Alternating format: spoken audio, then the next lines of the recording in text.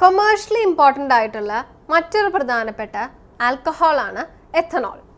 എഥനോളിൻ്റെ chemical formula C2H5OH അഥവാ CH3CH2OH. എഥനോളിൻ്റെ പ്രാധാന്യത്തെ പറ്റിയിട്ട് നമുക്ക് പഠിക്കാം. എഥനോളിനെ പറ്റി ചിന്തിക്കുമ്പോൾ എഥനോൾ എങ്ങനെയാണ് പ്രിപ്പയർ ചെയ്യുന്നത്? Ethanol is obtained by the fermentation of sugar present in molasses, sugar cane or fruits like grapes etcetera. മൊളാസസിലും ഷുഗർ കെയിനിലും അല്ലെങ്കിൽ ഗ്രേപ്സ് പോലെയുള്ള ഫ്രൂട്ട്സിലും ഒക്കെ അടങ്ങിയിട്ടുള്ള ഷുഗറിന് ഫെർമെൻറ്റേഷൻ നടത്തിയിട്ടാണ് ആൽക്കഹോളായിട്ടുള്ള എഥനോളിനെ പ്രിപ്പയർ ചെയ്യുന്നത്. എഥനോൾ നമുക്ക് വളരെയധികം പരിചയമുള്ള ഒരു ആൽക്കഹോളാണ് അല്ലേ? അപ്പോൾ ഈ എഥനോളിനെ പ്രിപ്പയർ ചെയ്തെടുക്കുന്നത് ഷുഗർ കെയിനിൽ നിന്നോ അല്ലെങ്കിൽ ഗ്രേപ്സിൽ നിന്നോ മൊളാസസിൽ നിന്നൊക്കെയാണെന്ന് പറഞ്ഞു. എന്താണ് അപ്പോൾ ഈ ഒരു കോമ്പൗണ്ടുകളിൽ സംഭവിക്കുക? സാധാരണയായിട്ട് ഫ്രൂട്ട്സിലോ ഷുഗർ കെയിനിലോ എല്ലാം പ്രസൻ്റ് ആയിട്ടുള്ള സൂക്രോസ് വാട്ടറിൻ്റെ പ്രസൻസിൽ ഇൻവേർട്ടേസ് എന്ന എൻസൈമിൻ്റെ ആക്ഷൻ വഴി ഗ്ലൂക്കോസും ഫ്രക്ടോസുമായിട്ട് മാറുന്നു. ഇവിടെ സൂക്രോസ് എന്ന് പറയുന്നത് C12H22O11 എന്ന കാർബോഹൈഡ്രേറ്റ് ആണ്. സൂക്രോസിന് ഹൈഡ്രോളിസിസ് നടക്കുന്നത് ഇൻവെർട്ടേസ് എന്ന എൻസൈമിൻ്റെ പ്രസൻസിലാണ്. ഇങ്ങനെ സൂക്രോസിന് ഹൈഡ്രോളിസിസ് നടക്കുന്നതിൻ്റെ ഫലമായിട്ട് ഗ്ലൂക്കോസും ഫ്രക്ടോസും ഉണ്ടാകുന്നു. ഗ്ലൂക്കോസും ഫ്രക്ടോസും സെയിം മോളിക്കുലാർ ഫോർമുലയുള്ള കോമ്പൗണ്ടുകളാണ് C6H12O6. എന്നാൽ ഇവയുടെ സ്ട്രക്ചറും കെമിക്കൽ പ്രോപ്പർട്ടീസും ഡിഫറൻ്റ് ആണ്. ഇങ്ങനെ ഷുഗറിൽ പ്രസൻ്റ് ആയിട്ടുള്ള അല്ലെങ്കിൽ നമ്മുടെ ഫ്രൂട്ട്സിൽ പ്രസൻ്റ് ആയിട്ടുള്ള ഗ്ലൂക്കോസും ഫ്രക്ടോസിനും സൈമേസ് എന്ന എൻസൈമിൻ്റെ ആക്ഷൻ വഴി എഥനോളായിട്ട് മാറുന്നു. ഇങ്ങനെ എഥനോൾ ഫോം ചെയ്യുന്നതോടൊപ്പം തന്നെ കാർബൺ ഡൈ ഓക്സൈഡ് പ്രൊഡ്യൂസ് ചെയ്യപ്പെടുകയും ചെയ്യുന്നു. ഈ ഒരു പ്രോസസ്സിനെയാണ് ഫെർമെൻറ്റേഷൻ എന്ന് വിളിക്കുന്നത്. അപ്പോൾ ഫെർമെൻറ്റേഷൻ നടക്കുന്നതിൽ പ്രധാനമായിട്ട് 2 സ്റ്റെപ്പുകളാണ് നമുക്ക് പഠിക്കാനുള്ളത്. ആദ്യത്തേത് സൂക്രോസിന് ഹൈഡ്രോളിസിസ് സംഭവിച്ചുകൊണ്ട് ഗ്ലൂക്കോസും ഫ്രക്ടോസുമായിട്ട് മാറുന്നു. ഈ റിയാക്ഷൻ നടക്കുന്നത് ഇൻവേർട്ടേസ് എന്ന എൻസൈമിൻ്റെ പ്രസൻസിലാണ്. പിന്നീട് സൈമേസ് എന്ന എൻസൈമിൻ്റെ റിയാക്ഷൻ്റെ ഫലമായിട്ട് ഗ്ലൂക്കോസിനും ഫ്രക്ടോസിനും മാറ്റം സംഭവിച്ചുകൊണ്ട് എഥനോളും കാർബൺ ഡൈ ഓക്സൈഡും ഉണ്ടാകുന്നു. ഇത്തരത്തിലാണ് സാധാരണയായിട്ട് എഥനോൾ പ്രിപ്പയർ ചെയ്യപ്പെടുന്നത്. അപ്പോൾ നമ്മുടെ വീടുകളിലൊക്കെ വൈൻ ഇടാറുണ്ട് അല്ലേ? ഗ്രേപ്സ് വൈനൊക്കെ. അപ്പോൾ എന്താണ് ഇതിന് പിന്നിലുള്ള കെമിസ്ട്രി? സാധാരണയായിട്ട് വൈൻ ഇടാൻ ഉപയോഗിക്കുന്ന ഒരു ഫ്രൂട്ടാണ് ഗ്രേപ്സ്. ഇത് കൂടാതെ നമ്മൾ പലതരം ഫ്രൂട്ട്സ് ഉപയോഗിക്കാറുണ്ട്. ഇങ്ങനെ ഗ്രേപ്സ് നന്നായിട്ട് പഴുത്ത് വരുമ്പോൾ അതിൽ ഷുഗർ കണ്ടൻറ്റ് കൂടുന്നു അല്ലേ?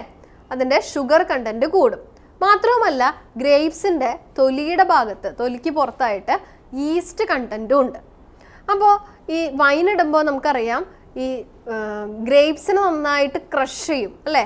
നന്നായി ക്രഷ് ചെയ്യുമ്പോൾ ഈ നന്നായി പഴുത്ത ഗ്രേപ്സിലെ ഷുഗർ കണ്ടൻറ്റും അതുപോലെ തന്നെ അതിൻ്റെ തൊലിക്ക് പുറത്തുള്ള ഈസ്റ്റ് കണ്ടൻറ്റും തമ്മിൽ കോണ്ടാക്റ്റ് വരുന്നു.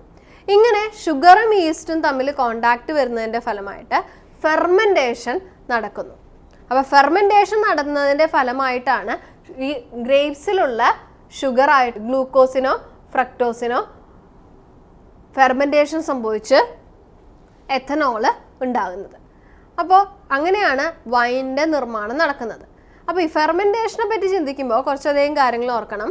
ഫെർമെൻറ്റേഷൻ സാധാരണയായിട്ട് നടക്കുന്നത് അനേറോബിക് കണ്ടീഷനിലാണ്, അതായത് ഓക്സിജൻ്റെ ആബ്സെൻസിൽ. ഓക്സിജൻ ഒട്ടും തന്നെ പ്രസൻ്റ് ആവാൻ പാടില്ല ഇങ്ങനെ ഫെർമെൻറ്റേഷൻ നടക്കണമെങ്കിൽ. അതിനാലാണ് നമ്മൾ ഈ വൈനൊക്കെ ഇട്ട് വയ്ക്കുന്ന ഭരണികൾ നല്ല എയർ ടൈറ്റായിട്ട് കെട്ടിവെക്കുന്നത്. കാരണം എയറിൻ്റെ പ്രസൻസ് അതിൽ ഉണ്ടാകാനേ പാടില്ല. മാത്രവുമല്ല ഇങ്ങനെ ഫെർമെൻറ്റേഷൻ നടന്നു കഴിഞ്ഞിട്ടുള്ള വൈൻ ബോട്ടിലൊക്കെ ഒന്ന് ഓപ്പൺ ചെയ്ത് നോക്കിയാൽ നമുക്ക് കാണാം അവൻ്റെ മുകളിൽ ചെറിയ ചെറിയ കാർബൺ ഡൈ ഓക്സൈഡിൻ്റെ കുമിളകൾ. ഫെർമെൻറ്റേഷൻ്റെ ഫലമായിട്ട് എഥനോൾ ഉണ്ടാകുന്നതോടൊപ്പം തന്നെ കുറച്ച് എമൗണ്ട് ഓഫ് കാർബൺ ഡൈ ഓക്സൈഡും പ്രൊഡ്യൂസ് ചെയ്യപ്പെടുന്നുണ്ട്. അപ്പോൾ ഈ ഒരു കാര്യവും പ്രത്യേകം ശ്രദ്ധിക്കണം. ഇനി ഈ ഫെർമെൻറ്റേഷൻ നടത്തുന്നതിൽ സൈമേസ് എന്ന എൻസൈമിന് വളരെയധികം പ്രാധാന്യമുണ്ട് അല്ലേ? അപ്പോൾ ഈ സൈമേസ് എന്ന് പറയുന്ന എൻസൈം ഗ്ലൂക്കോസിനെയോ ഫ്രക്ടോസിനെയോ കറസ്പോണ്ടിങ് ആൽക്കഹോളാക്കി മാറ്റാൻ സഹായിക്കുന്ന ഒന്നാണ്. ഇവിടെ സൈമേസ് നമ്മൾ ഉണ്ടായിട്ടുള്ള ആൽക്കഹോളിൻ്റെ വീര്യം ഏകദേശം 14%-നേക്കാളും കൂടിക്കഴിഞ്ഞാൽ സൈമേസിൻ്റെ ആക്ഷൻ ഇൻഹിബിറ്റ് ആവുന്നു. അപ്പോൾ ഏകദേശം ഒരു 14% ആൽക്കഹോൾ പ്രിപ്പയർ ചെയ്യാൻ വരെ മാത്രമേ നമുക്ക് സൈമേസ് എന്ന എൻസൈമിനെ ഉപയോഗിക്കാനായിട്ട് സാധിക്കുകയുള്ളൂ. മാത്രമല്ല മറ്റൊരു പ്രധാനപ്പെട്ട കാര്യം എന്ന് പറയുന്നത്, ഇത്തരത്തിൽ ഫെർമെൻറ്റേഷൻ നടക്കുന്ന ആൽക്കഹോളിലേക്ക് ഏതെങ്കിലും തരത്തിൽ ഓക്സിജൻ വന്നാൽ അല്ലെങ്കിൽ ഓക്സിജനുമായിട്ട് റിയാക്ഷൻ സംഭവിച്ചാൽ എന്ത് സംഭവിക്കും? ഇങ്ങനെ ഉണ്ടായിട്ടുള്ള എത്തനോള് കറസ്പോണ്ടിങ് ആസിഡായിട്ടുള്ള എത്തനോയിക് ആസിഡായിട്ട് മാറുന്നു. ആൽക്കഹോളിന് ഓക്സിഡേഷൻ സംഭവിക്കുമ്പോൾ കറസ്പോണ്ടിങ് കാർബോക്സിലിക് ആസിഡ് ആയിട്ടുള്ള എത്തനോയിക് ആസിഡ് ഉണ്ടാവുന്നു എന്ന് നമ്മൾ പഠിച്ചു. അപ്പോൾ ഇത്തരത്തിൽ എത്തനോയിക് ആസിഡായിട്ട് മാറുമ്പോൾ എന്താ സംഭവിക്കുക? ഇത്തരം ആൽക്കഹോളിക് ഡ്രിങ്ക്സിൻ്റെ ടേസ്റ്റ് മാറുകയും അത് നാശമായി അല്ലെങ്കിൽ ചീത്തയായി എന്ന് പറയുകയും ചെയ്യുന്നു. അപ്പം അതുകൊണ്ട് തന്നെ ഫെർമെൻറ്റേഷൻ നടക്കുമ്പോൾ ഏറ്റവും അധികം നമ്മൾ ശ്രദ്ധിക്കേണ്ട ഒരു കാര്യമാണ്, ഈ റിയാക്ഷൻ നടക്കേണ്ടത് എനൈറോബിക് കണ്ടീഷനിലാണ്, അതായത് ആബ്സെൻസ് ഓഫ് ഓക്സിജനിലാണ്. എത്തനോളിൻ്റെ പ്രധാനപ്പെട്ട പ്രോപ്പർട്ടീസ് എന്തൊക്കെയാണെന്ന് നോക്കാം. എത്തനോൾ എന്ന് പറയുന്നത് ഒരു കളർലെസ് ലിക്വിഡാണ്. മാത്രവുമല്ല അതിൻ്റെ ബോയിലിംഗ് പോയിൻ്റ് ഏകദേശം 351 കെൽവിനാണ്.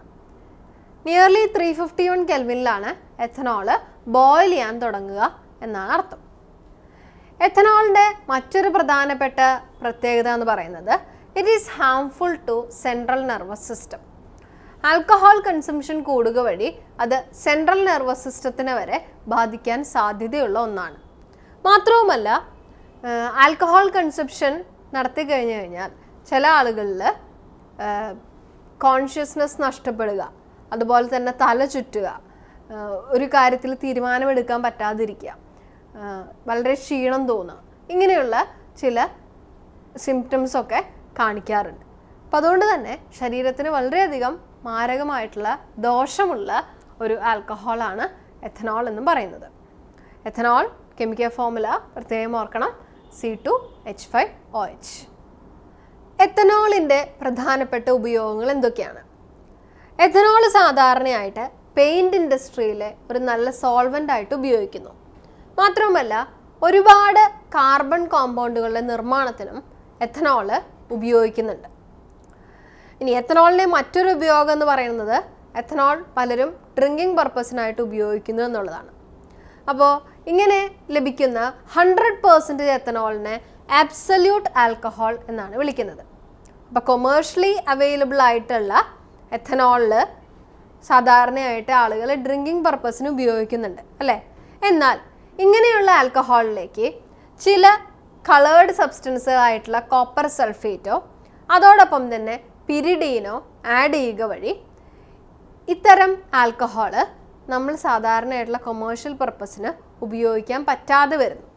അതായത് ആ ആൽക്കഹോള് വിഷമായിട്ട് മാറുന്നു എന്നർത്ഥം.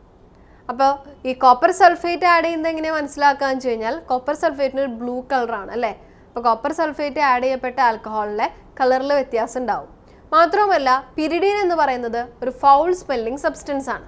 അപ്പോൾ ആൽക്കഹോളിൻ്റെ സ്മെല്ലിനും വ്യത്യാസം ഉണ്ടാവും. ഇങ്ങനെ ഇത്തരം സബ്സ്റ്റൻസുകൾ മിക്സ് ചെയ്യുക വഴി കൊമേഴ്ഷ്യലി ലഭിക്കുന്ന ആൽക്കഹോള് ഡ്രിങ്കിങ് പർപ്പസിന് ഉപയോഗിക്കാൻ പറ്റാതെ വരുന്നു. ഈ പ്രോസസ്സിനെയാണ് ഡീനേച്ചറേഷൻ ഓഫ് ആൽക്കഹോൾ എന്ന് വിളിക്കുന്നത്. ആൽക്കഹോളിൻ്റെ നിർമ്മാണത്തിൽ ഡീനേച്ചറേഷൻ വളരെയധികം പ്രധാനപ്പെട്ട ഒന്നാണ്.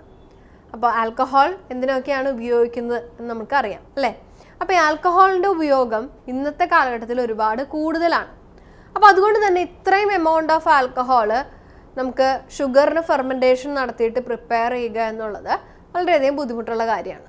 ചെറിയ എമൗണ്ട് ഓഫ് ആൽക്കഹോൾസ് ആവശ്യമുള്ള സന്ദർഭങ്ങളിലാണ് ഷുഗറിന് ഫെർമെൻറ്റേഷൻ നടത്തിക്കൊണ്ട് ആൽക്കഹോൾ ഉണ്ടാക്കുന്നത്.